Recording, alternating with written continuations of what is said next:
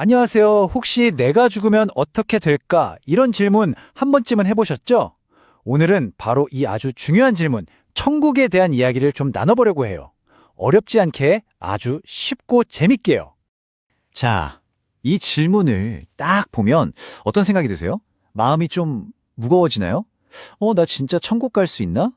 이렇게 확신이 없는 거, 그거 당연한 거예요. 괜찮아요. 그럼 성경에서는 과연 뭐라고 말하는지 우리 같이 한번 그 답을 찾아가 볼까요?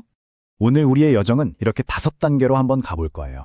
제일 먼저 천국이 왜 선물이라고 불리는지, 그리고 그 선물을 받지 못하게 막는 게 대체 뭔지, 또 하나님께서 이걸 어떻게 기가 막히게 해결하셨는지, 그리고 마지막으로 제일 중요한 거, 그 선물을 어떻게 하면 내 것으로 만들 수 있는지 차근차근 따라오시면 됩니다. 자, 첫 번째 비밀부터 알려드릴게요. 이거 듣고 아마 깜짝 놀라실 수도 있어요. 천국은요, 우리가 착한 일을 많이 하거나 열심히 노력해서 받는 무슨 상장 같은 게 아니라는 사실이에요. 성경에 보면요, 이걸 부르는 아주 특별한 단어가 있어요. 바로 은혜라는 건데요. 이게 뭐냐면, 생일 선물 생각해 보세요. 우리가 뭐 대단한 일을 해서 선물을 받나요? 아니잖아요. 그냥 내가 그분들의 자녀라는 이유 하나만으로, 사랑으로 주는 거잖아요. 바로 그거예요. 자격이 있어서가 아니라 그냥 거저 받는 순수한 사랑의 선물. 그게 바로 은혜죠. 바로 이 성경 구절이 그 뜻을 아주 정확하게 설명해주고 있어요. 우리가 구원을 받는 것, 그러니까 하나님과 다시 가까워지는 건 우리의 어떤 노력이나 행동의 결과가 아니라 전적으로 하나님이 주시는 선물이라는 걸 확실하게 못 받고 있는 거죠. 근데 잠깐만요.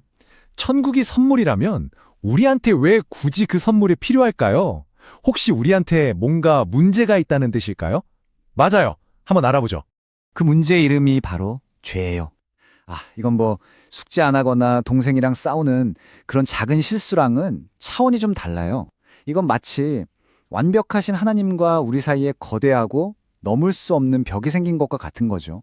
마치 이런 아찔한 절벽을 한번 상상해 보세요. 우린 이쪽에 서 있고 저 멀리 건너편에 하나님이 계신 거예요.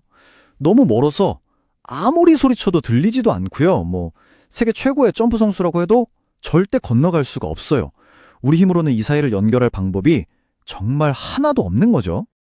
그리고 더 중요한 건 이 문제가 무슨 특별히 나쁜 사람들한테만 있는 게 아니라는 거예요. 성경은 이 세상 모든 사람, 그러니까 바로 저와 여러분 모두가 이 죄의 문제를 똑같이 가지고 있다고 말하고 있거든요. 하지만 이야기가 이렇게 슬프게 끝나면 안 되잖아요. 정말 다행히도 하나님께서는 이 엄청난 문제를 해결하실 아주 놀랍고도 사랑이 넘치는 계획을 이미 가지고 계셨어요. 자, 보세요. 하나님은 우리를 너무너무 사랑하시지만 동시에 아주 공정하셔서 죄를 그냥 눈 감아 주실 수는 없어요. 사랑과 공정, 이 두 가지가 어떻게 같이 갈 수 있을까요? 이 어려운 수수께끼의 정답은 바로 한 분에게 있었어요. 바로 그분이 예수님이에요.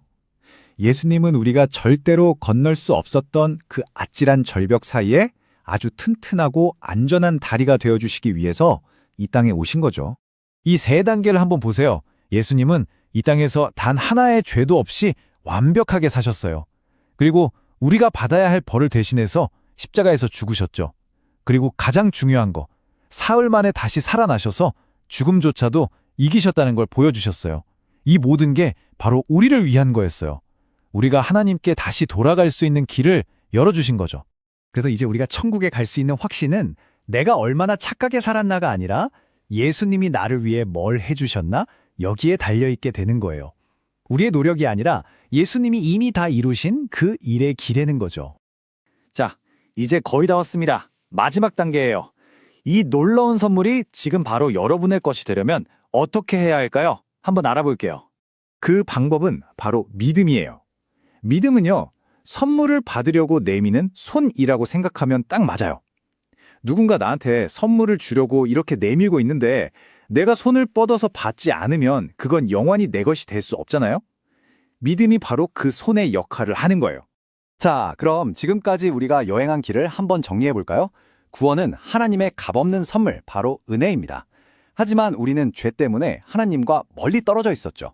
사랑과 공의의 하나님은 그의 아들 예수님을 보내서 다리를 만들어 주셨고 우리는 오직 믿음이라는 손으로 그 선물을 받으면 되는 거예요. 어때요? 이제 모든 조각이 딱 맞춰지죠?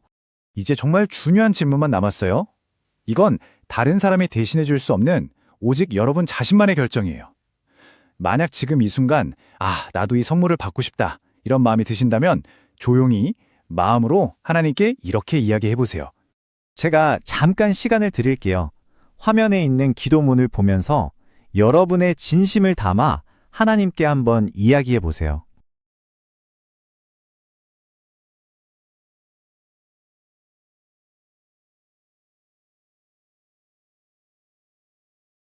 방금 그 기도를 진심으로 따라하셨다면 성경은 여러분에게 정말 놀라운 약속을 해주고 있어요. 이제 천국에 대한 여러분의 확신은 오늘은 착한 일을 했으니까 갈 수 있겠지? 하고 흔들리는 감정이 아니에요. 절대 변하지 않는 하나님의 분명한 약속 위에 단단히 서게 되는 겁니다. 오늘 여러분이 내린 이 결정은 끝이 아니에요. 오히려 하나님과 함께하는 아주 놀라운 여정의 새로운 시작이죠. 이 중요한 질문을 가지고 저와 함께 여행해 주셔서 정말 감사합니다.